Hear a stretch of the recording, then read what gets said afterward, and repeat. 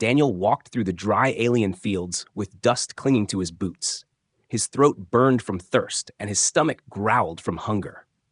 He had wandered for days without food, without a clear path, and now the sun of this strange planet pressed down on him like fire. In the distance, he saw smoke rising from chimneys and small houses built from stone and clay. His tired eyes lit up. Finally, a village.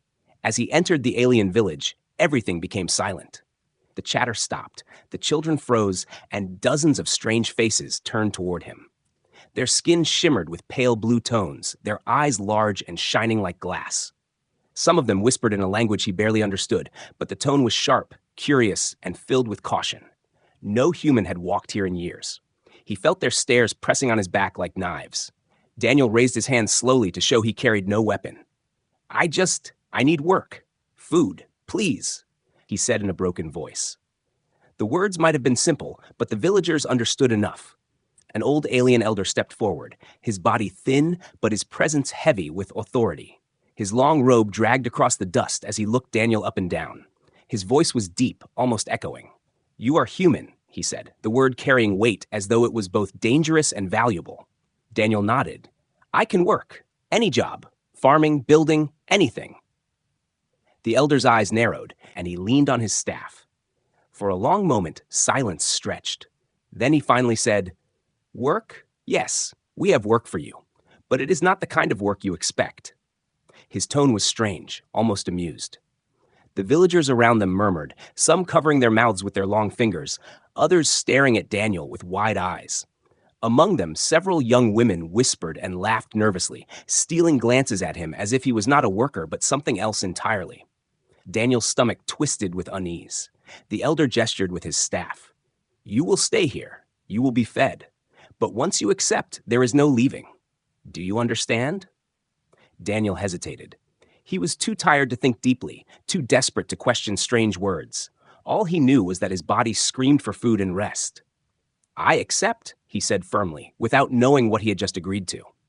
The elder nodded slowly, his eyes gleaming as though he had caught prey in a net. He signaled, and two villagers led Daniel toward a small stone house on the edge of the village. Inside, a bed covered with furs waited. A jug of water and a plate of strange fruits sat on the table. Daniel drank greedily, the sweet water sliding down his throat like heaven. For the first time in weeks, his chest loosened with relief. But outside, whispers grew louder. Through the thin walls, Daniel could hear voices, some of shock, some of laughter, some of jealousy. "So it begins," one voice muttered. "The human will serve the village now." Another giggled softly. "Do you think he is strong enough?" Daniel frowned, wiping his mouth. What kind of job was this? Why did the women giggle and the men scowl? His heart pounded as an uneasy chill ran through him. That night, the villagers locked the door from the outside. Daniel heard the metal bar slide into place. Confusion filled him, but exhaustion dragged his body down onto the bed. His last thought before sleep was that maybe this was just how they treated outsiders, safe but guarded. The next evening, the elder returned with several women. They looked nervous, their eyes avoiding Daniel's. The elder placed a hand on the shoulder of one, a young woman with trembling fingers. She was beautiful in an alien way, her eyes like liquid silver, her hair shining faintly under the dim light. She stepped inside Daniel's room, her breath shaky, her eyes darting between him and the floor. Daniel stood, confused. What is this?" The elder's deep voice carried no warmth. "Your work begins tonight." The door closed behind them, sealing Daniel in with the young woman. His chest tightened as realization clawed at the edge of his mind. This was not farming. This was not building. The girl stood only a few feet away, her lips trembling as though she wanted to speak but could not. Daniel's heartbeat thundered in his ears. Everything suddenly made sense. The whispers, the laughter, the strange stares. This village did not want a worker. They wanted something else. His job was not to build walls or plow fields. His job was to give them children. The girl finally raised her eyes to his, her voice soft, almost pleading. "Please, be gentle. I was told this is the way." Daniel's stomach dropped. His mouth went dry. He stepped back, his mind racing, fear mixing with anger. They had not asked him. They had trapped him. He had walked into a prison built not of stone, but of expectation. Outside, the muffled whispers of villagers pressed against the walls like a chorus, waiting for the first sound, the first proof that the human had begun his work. Daniel clenched his fists, his whole body shaking. The job he had begged for was nothing like he imagined. He was not just a worker in this alien village. He was something far more dangerous, something they might never let. Daniel did not sleep that night. He sat on the edge of the bed with his hands pressed against his face while the young alien girl sat quietly in the corner, her arms wrapped around her knees. The silence between them was heavy, filled with fear and confusion. Every few minutes, Daniel could hear footsteps outside his door, villagers waiting, listening. It felt like he was trapped in a cage, his choices taken away. The girl finally whispered, her voice trembling. "You are human. They said you would save us." Daniel looked up sharply. "Save you? How?" Her silver eyes met his, wide and scared. "Our males are few. Many died in wars. Others cannot give children anymore. Our blood is dying. Without new life, our people will vanish. You are not the first human they wanted, but you are the first who came here willingly." Daniel's chest tightened. Now he understood why the elder had spoken with such finality. He was not hired as a worker. He was chosen as a tool. His job was not labor, but reproduction. He stood and began pacing the small room. "And what if I refuse? What if I don't want this?" The girl's lips parted, but no sound came. She only shook her head quickly, fear flashing in her eyes. "Refusal means death.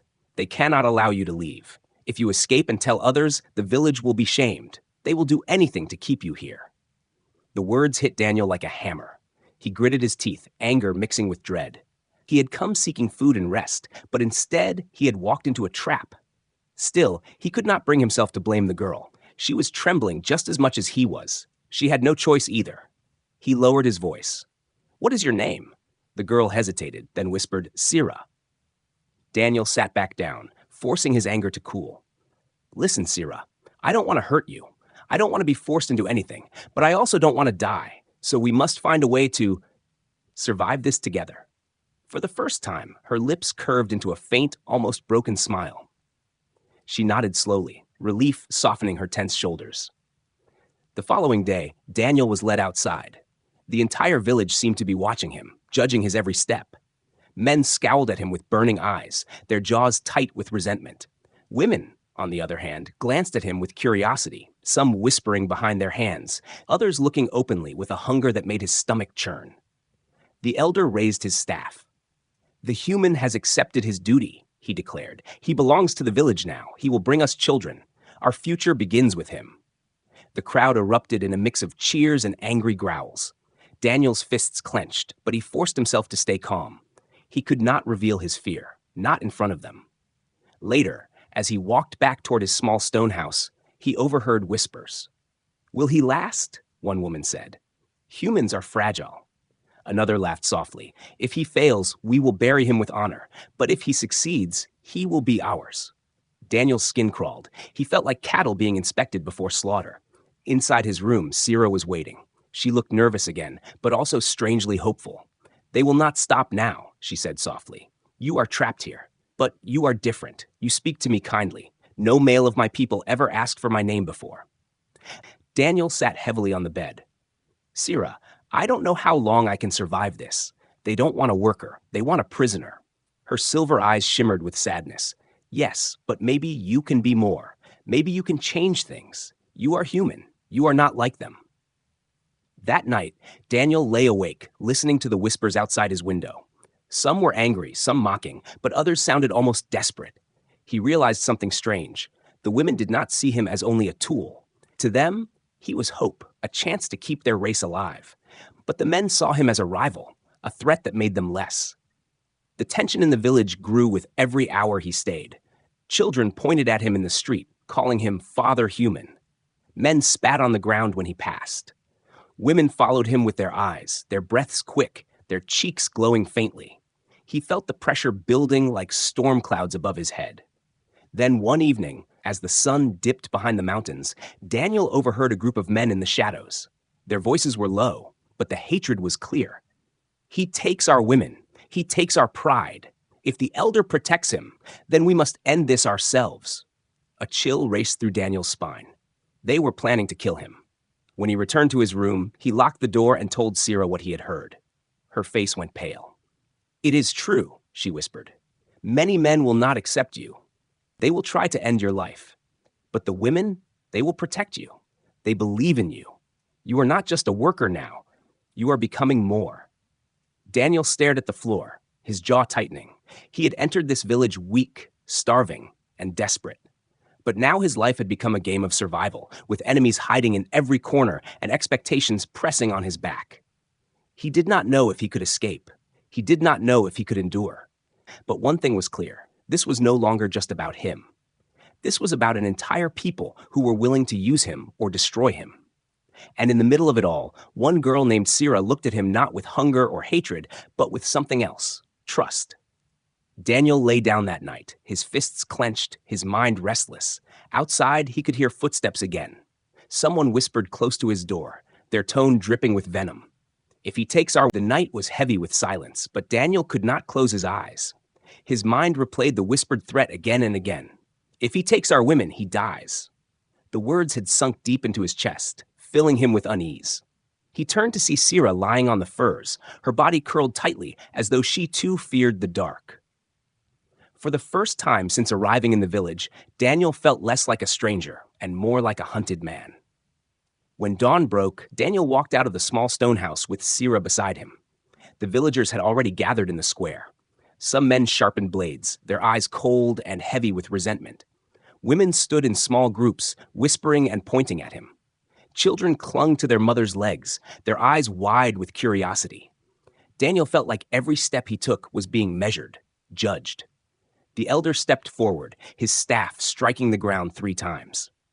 "Today," he announced, "the human will begin his duty." His voice carried across the crowd like a command that could not be refused. Daniel clenched his fists but said nothing. One of the younger men suddenly shouted from the crowd, his voice filled with bitterness. "Why him? Why must our women look to a fragile outsider? Are we not enough?" Others joined, their anger spilling into the air like fire. The elder's eyes turned sharp. "You failed. Our blood grows weaker with every season. Without him, we are finished." His words silenced some, but hatred remained in their eyes. Daniel felt their glare stabbing him like knives. He wanted to speak, to defend himself, but what could he say? He had not chosen this. He was trapped in a situation no man could prepare for. Later that day, Daniel returned to his house. When he closed the door, he found Sira waiting with a bowl of strange soup. She offered it with trembling hands. "Eat," she whispered. "You need strength. The others will not stop." Daniel studied her face. "You're afraid too, aren't you?"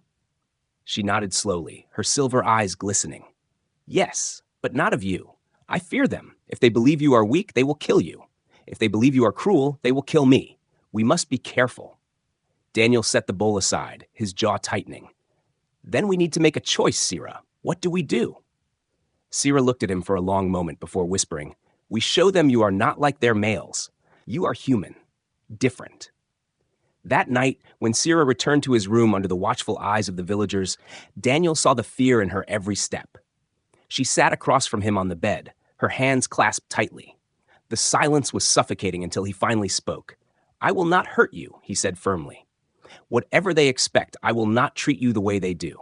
If we do this, it must be your choice too." Her eyes widened. No one had ever asked her before. Her lips trembled, and a tear slipped down her cheek. She whispered, "Why do you care what I want?" "Because I'm human," Daniel replied, "and because you deserve to choose." Sira's body shook as she covered her face with her hands. She had never known such words. Slowly, she lowered her hands and looked at him again. For the first time, her fear eased. She nodded gently. Outside, the villagers pressed closer, waiting for sounds, waiting for proof. Daniel could hear their muffled voices, their breath against the walls. The pressure was unbearable, but he kept his eyes on Sira. This was not about them. It was about her. The hours passed, and when dawn came, the whispers outside turned to confused murmurs. Some claimed they heard nothing. Others laughed cruelly, calling him weak. But among the women, a new kind of whisper spread. "The human is different," they said. "He speaks softly, he cares."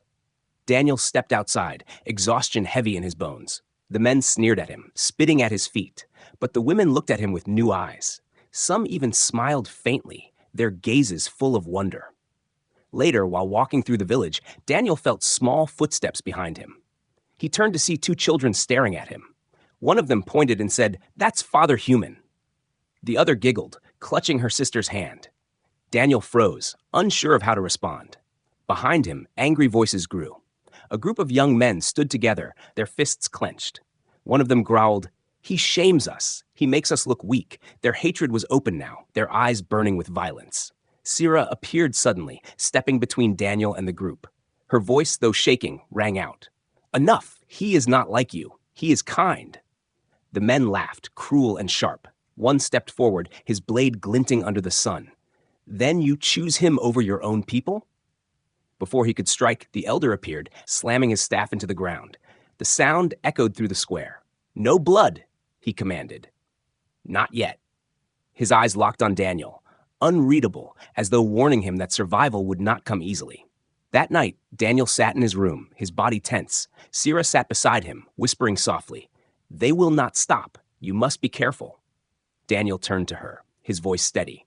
"If they want me gone, they'll have to try harder. I didn't come here to die, and if they think they can use me like a tool, they're wrong. I'll find my own way." Sira's silver eyes softened. "Then I will stand with you." For the first time since he arrived, Daniel felt something shift.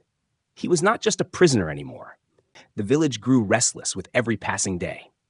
Daniel could feel it in the way eyes followed him, in the silence that spread when he entered a space. The women watched him with strange warmth, whispering about his kindness, while the men burned with jealousy, their glares heavy with hatred. He was caught between admiration and danger, and each step he took through the narrow dirt paths felt like walking on a blade's edge. Children often ran after him, laughing and calling him Father Human.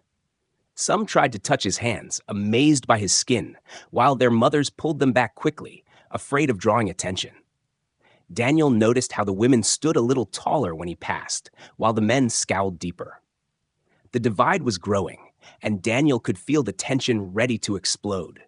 One afternoon, Sira brought him bread made from ground roots. She sat across from him, her eyes soft but worried.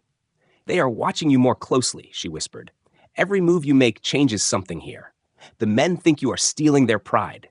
The women, they see you as hope." Daniel broke the bread in silence, his jaw tight. "I didn't ask for this," he muttered. "I know," Sira said. "But you are here now. Whether you want it or not, you have become the center of the village." That night, Daniel went outside to breathe. The air was cool, the stars sharp in the sky. He stood alone near the edge of the village, staring at the glowing horizon. That was when he heard the sound of footsteps, quiet and sharp, circling him. 4 alien men stepped out of the shadows, their eyes shining with rage. One of them carried a curved blade, its edge catching the faint moonlight. Daniel's heart raced as he realized this was no simple warning. They had come for him. "You don't belong here," one of them growled. "Our women speak your name as if you are more than us. You shame us." Daniel raised his hand slowly. "I didn't come here to steal anything from you. I only wanted work, food, survival." The tallest of them sneered. "Then die with empty hands." He lifted his blade. Before Daniel could move, a sudden figure stepped between them. Sira. She spread her arms wide, blocking Daniel with her own body. Her silver eyes blazed with defiance. "If you strike him, you strike me first," she shouted. The men froze in shock, then snarled in anger. "You betray your own kind?" one spat. Sira's voice trembled, but stayed firm. "He is not your enemy. He is the only reason we may have a future. You will not touch him." The men hesitated, but the fire in their eyes did not fade. Slowly, they backed away, muttering threats under their breath before vanishing into the shadows. Daniel stood frozen, his chest heaving. Sira turned to him, her face pale but steady. "They will try again," she whispered. "Next time, I may not be there fast enough." Daniel swallowed hard, the weight of his situation pressing heavier than ever. He was no longer simply a stranger. They saw him as a thief, a rival, and a danger to their pride. The next day, whispers spread quickly across the village. Everyone knew about the confrontation. Women looked at Daniel with awe, impressed by how Sira had defended him. Men glared with deeper fury, ashamed that a woman had chosen the human over them. The elder said nothing, but Daniel could see the sharp calculation in his old eyes. Later, as Daniel walked to fetch water, a group of women approached him. One of them, older and strong, touched his arm lightly. "You are not like our males. You speak gently. You give respect. That is why we stand with you." Another woman nodded. "Do not let their hatred break you. We will protect you if they come again." Daniel felt torn. Their trust gave him strength, but it also placed him in greater danger. He was no longer just one man trying to survive. He was becoming a symbol, whether he wanted to or not. That evening, Daniel sat inside his small stone house, staring at the fire. Sira sat close beside him, her hand brushing his. "They will not forgive what happened last night," she said softly. "But the women are not afraid anymore. You gave them something our men never did: choice. That is why they look at you with hope." Daniel clenched his fists. "Hope can get me killed, Sira." She looked at him steadily. "Or it can change everything." The following night, the tension boiled over. Daniel was woken by shouts outside. Torches lit the square, shadows dancing wildly on the walls. A group of men had gathered, their voices raised in anger. "He has no right to stay. Cast him out, or we will end this ourselves." The elder appeared, his staff slamming the ground. "Silence!" His voice carried through the night. The men quieted, but their hatred remained. The elder's eyes swept across the crowd before landing on Daniel. If he is to stay, he must prove himself. Not with words, with strength. A challenge. Daniel felt his stomach twist. The men roared approval, their anger turning into cruel excitement. The women stood back, their faces filled with worry. Sira's hand gripped Daniel's tightly, her eyes wide. The elder's voice was final.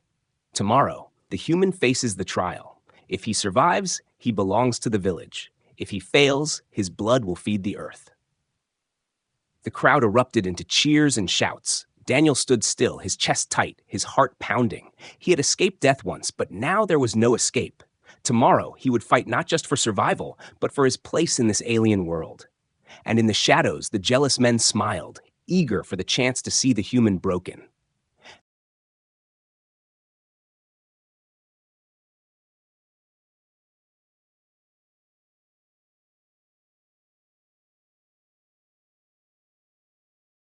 The morning of the trial came with a heavy silence over the village. The air was thick, the sky gray, as if even the heavens waited to see what would happen. Daniel stood outside his small stone house, his fists clenched, his heart beating like a drum. He had faced danger before, but never like this, never with an entire village staring, waiting for him to either rise or fall. Sira stood beside him, her silver eyes wide with fear. She whispered quickly, her voice urgent. "The trial is not fair. It is made to break you. Please, Daniel, whatever happens, don't give up. Show them you are not weak." Daniel nodded, though his throat was dry. "I'll try," he said, but inside he wondered if trying would be enough. The elder raised his staff, calling the villagers to the center square. The crowd gathered, men pressing forward with eager glares, women whispering prayers under their breath. The children clung to their mothers, sensing the tension in the air. Daniel was led to the center, where a circle had been drawn in the dust. Across from him stood his opponent, a massive alien male with sharp muscles and burning eyes. His teeth glinted as he grinned, his hand gripping a heavy spear. The crowd cheered for him, chanting his name. "This is Torak," the elder announced.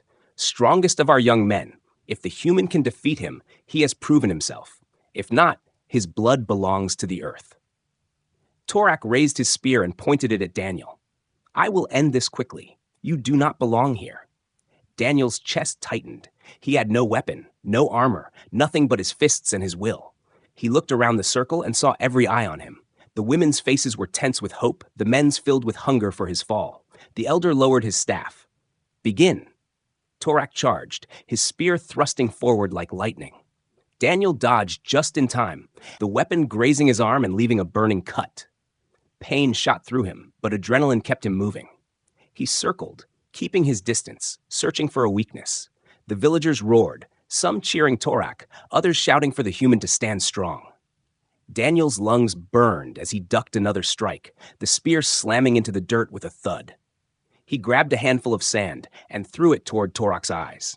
The alien roared, blinking rapidly, and Daniel lunged forward, slamming his shoulder into Torak's chest. The crowd gasped as Torak stumbled, but he recovered quickly, swinging the spear sideways. The blow hit Daniel's ribs, sending him crashing to the ground. Pain exploded through his body, and he tasted blood. Torak raised his spear high, ready to strike the final blow. "Daniel!" Syrah's voice pierced the chaos. Her cry gave him strength, a spark that lit fire in his chest. He rolled aside just as the spear came down, the sharp tip slamming into the dirt. Using the moment, Daniel grabbed the spear's shaft, twisting it with all his strength. Torak resisted, but Daniel's desperation gave him power. With a sudden jerk, the spear snapped in half. The crowd gasped again. Daniel tossed the broken wood aside, breathing heavily, his body aching. Torak snarled, enraged, and charged barehanded. The two men collided, fists slamming, bodies struggling in the dust. Daniel's strength was nothing compared to Torak's, but he had something else: endurance, cunning, and a will that refused to break. Torak pinned him to the ground, his hands squeezing Daniel's throat. Spots filled Daniel's vision as he clawed at the iron grip. The crowd shouted wildly, half demanding his death, half begging him to rise. With his last strength, Daniel brought his knee up hard into Torak's stomach. The alien grunted, loosening his grip just enough for Daniel to twist free. He rolled, grabbed a jagged piece of the broken spear, and pressed it against Torak's throat. The square fell silent. Every villager froze, their eyes wide. Daniel stood over Torak, gasping, sweat and blood dripping from his face. His hand shook, the sharp wood ready to pierce. But then, slowly, Daniel lowered it. He dropped the weapon to the ground and stepped back. "I will not kill him," Daniel said, his voice raw but firm. "I didn't come here to destroy. I came here to live." The silence stretched, heavy and endless. Then, from the women, a cry rose. One voice, then another, until the square echoed with cheers. "The human is merciful," they shouted. "He is strong." The men looked away in shame. Their pride stung, but none could deny what they had seen. Torak lay on the ground, defeated and humiliated, while Daniel stood tall, refusing to take the final strike. The elder raised his staff. "The trial is finished. The human has proven himself. He belongs to this village now." The crowd erupted, the women rushing forward, some kneeling before Daniel, others reaching to touch his hands. Torak groaned, rolling onto his side, his eyes burning with hatred but powerless to speak. Syrah pushed through the crowd, her face wet with tears. She grabbed Daniel's arm, steadying him. "You did it," she whispered, her voice trembling with pride. Daniel's chest heaved, his ribs screaming in pain, but a faint smile touched his lips. He had survived. He had stood against their strongest and lived. But deep inside, he knew this was not the end. The trial had given him a place in the village, but it had also given him enemies far more dangerous. That night, as the villagers celebrated, Daniel sat alone in his room. Syrah sat beside him, her hand resting on his. Outside, the women sang songs of victory, their voices carrying through the night air. But in the distance, he could hear low voices, sharp and bitter. The jealous men were not finished. They would never accept him, no matter what he proved. And Daniel understood that his real fight in the alien village had only just begun.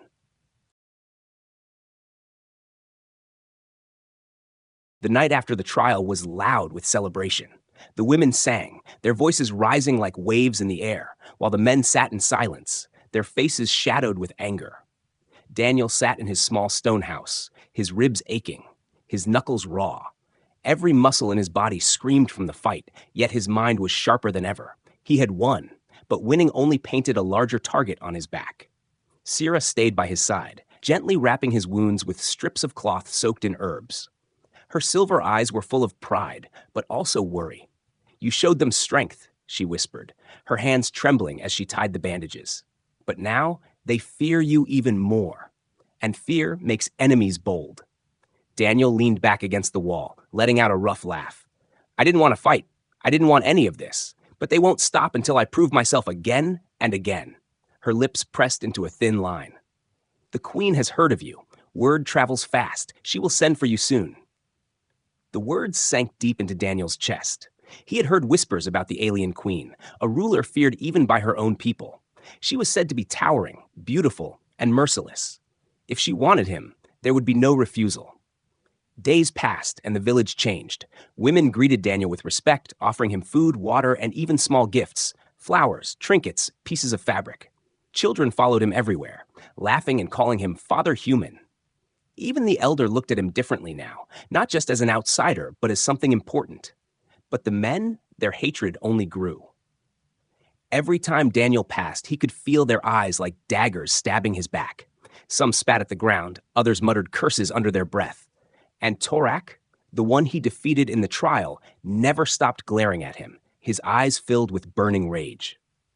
One evening, as Daniel returned to his house, he noticed the door slightly open. His chest tightened. Slowly, he pushed inside. The fire was out. Shadows filled the room. Then, a flicker of movement. A blade sliced through the air, barely missing his throat. Daniel grabbed the attacker's wrist and twisted hard. The blade clattered to the ground. In the dim light, he saw the face of one of the jealous men, teeth bared, eyes wild with fury. "You don't belong here," the man spat. They struggled, crashing against the walls.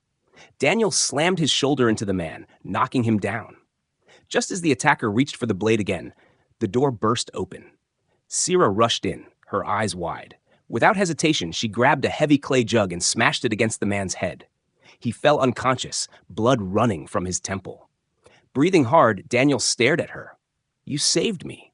Her chest rose and fell quickly, but her voice was steady. "I told you they would not stop." She looked at the man on the floor. "If he wakes, he will try again, and others will follow." The elder came later, his face grim as he looked at the unconscious attacker. "This village cannot afford division," he said coldly. "But it is too late. You are no longer just a worker human. You are the center of everything. Even the queen demands your presence." Daniel's stomach twisted. "When?" "Tomorrow," the elder said. "She has sent her guard. You will go with them." The next morning, armored aliens arrived from the queen's court. They were taller, stronger, and more dangerous than the villagers. Their armor gleamed in the sun, and their weapons looked sharp enough to cut stone. Without asking, they surrounded Daniel. Sira tried to step forward, but one of them shoved her back. Daniel clenched his fists, ready to fight, but Sira shook her head. "If you resist, they will kill you." Reluctantly, Daniel allowed himself to be led away. The villagers gathered to watch, some women crying, others bowing their heads in silence. The men, however, smirked with satisfaction. To them, the queen taking Daniel meant the end of his rise in the village. The journey to the queen's palace was long and silent. Daniel's thoughts churned with fear and defiance. What would she demand of him? Another test? Another trial? Or something far worse? When they arrived, the sight left him stunned. The palace was carved into a massive cliff, glowing with strange blue light. Guards lined the entrance, and inside, the air was filled with the scent of incense and flowers. He was led into a vast chamber, where the queen sat upon a throne carved from crystal. She was taller than any he had ever seen, her body wrapped in flowing robes that shimmered like liquid silver. Her crown glowed faintly, and her piercing eyes studied him with a mixture of curiosity and amusement. "So," she said, her voice echoing through the hall. "This is the human who defeated Torak. This is the one who makes the women whisper and the men growl like beasts." Daniel stood tall, refusing to bow. "I didn't come here for your games. I just wanted work, a chance to live." The queen laughed, a deep sound that rolled through the chamber. "And yet you live, stronger than before. Perhaps you are more than you believe. Perhaps you are exactly what we need." She rose from her throne, stepping closer, her towering figure casting a long shadow over him. She leaned down, her voice low and dangerous. "You will not leave this place, human." Daniel stood in the queen's chamber, his chest tight as her glowing eyes bore into him. Her towering form seemed to fill the entire hall, her voice like thunder even when soft. The guards stood motionless, their spears angled toward him, ready to strike if he made the wrong move. But Daniel did not bow. He kept his back straight, his fists tight, refusing to show fear. The queen circled him slowly, her long robe sweeping the crystal floor. "You defeated Torak," she said, her tone both mocking and curious. "You survived the trial, and the women whisper your name as if it were sacred. Tell me, human, do you believe you are stronger than us?" Daniel's jaw tightened. "I don't believe I am stronger. I just won't let anyone decide my fate for me." For a moment, silence stretched. Then the queen's lips curved into a dangerous smile. "Good answer." She snapped her fingers, and two guards dragged a large beast into the chamber. Its skin was thick and scaly, its eyes burning with hunger. The creature roared, shaking the walls. Daniel's stomach dropped. Another test, another fight for his life. The queen raised her hand. "Prove yourself once more." If you survive, you are not just a tool. You will be ours. If you fail, your bones will rest here forever. The beast lunged forward, snapping its jaws. Daniel rolled aside, the ground trembling under its weight. He grabbed a broken spear lying near the wall and faced the monster, sweat dripping down his forehead. The guards shouted in excitement, their voices echoing in the hall. The beast swung its massive tail, knocking Daniel off his feet. Pain shot through his side as he hit the ground hard, but he forced himself up. He gripped the spear and waited, watching carefully. When the beast charged again, Daniel sidestepped and rammed the spear into its neck. The weapon snapped, but the beast roared in pain, staggering. The queen leaned forward on her throne, her eyes gleaming with interest. The guards shouted louder. Daniel's breath came in ragged gasps, but he pressed on. He grabbed a jagged stone from the floor and climbed onto the beast's back. With all his strength, he slammed the stone into its skull again and again until the creature collapsed, shaking the chamber with its fall. The hall fell silent. Daniel stood over the dead beast, his chest heaving, his body trembling with exhaustion. Blood dripped from his arm, his ribs screamed in pain, but he was alive. The queen slowly rose, her silver robes flowing like water. She stepped closer, towering above him, her eyes narrowed. "You are different," she said softly. "No fear, no hesitation. Mercy when you choose it, violence when you must. Perhaps you are what I need." Daniel wiped the sweat from his face, glaring up at her. "I am not your slave. I am not your tool. If I stay, it will be by my choice, not yours." The queen's laughter echoed through the chamber, shaking the crystal walls. "Bold," she said. "Very bold." She turned to her people. "From this day, the human is not a prisoner. He is bound to our future." The guards bowed their heads. The women in the court gasped, their faces glowing with hope. Even some of the men lowered their eyes, unable to deny what they had seen. Daniel had faced every challenge and survived. When he returned to the village days later, the crowd erupted. Women ran forward, some crying, some singing. Children called his name, reaching for his hands. The men remained silent, but their glares had lost some of their fire. Even Torak, who once burned with rage, stayed at a distance, his pride shattered. Sira pushed through the crowd, her eyes filled with tears. She threw her arms around him, trembling. "You came back," she whispered. Daniel held her tightly, his heart steady for the first time since he arrived. "I told you, I won't give up." The elder raised his staff high, his voice echoing through the village.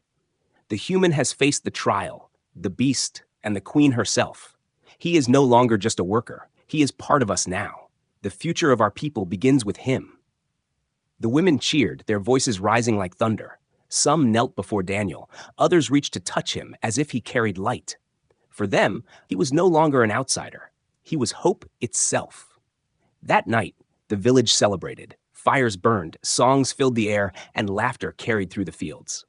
Daniel sat near the flames, Sira at his side. Children gathered around him as if he were already their father. For the first time, he felt a sense of belonging. But deep in his chest, Daniel knew the truth. His journey was not finished. The queen had claimed him, the men still hated him, and the weight of an entire people now rested on his shoulders. He was no longer just a man looking for work. He was the bridge between two species. He was the spark of a new beginning. And whether he wanted it or not, his life would never again be his alone.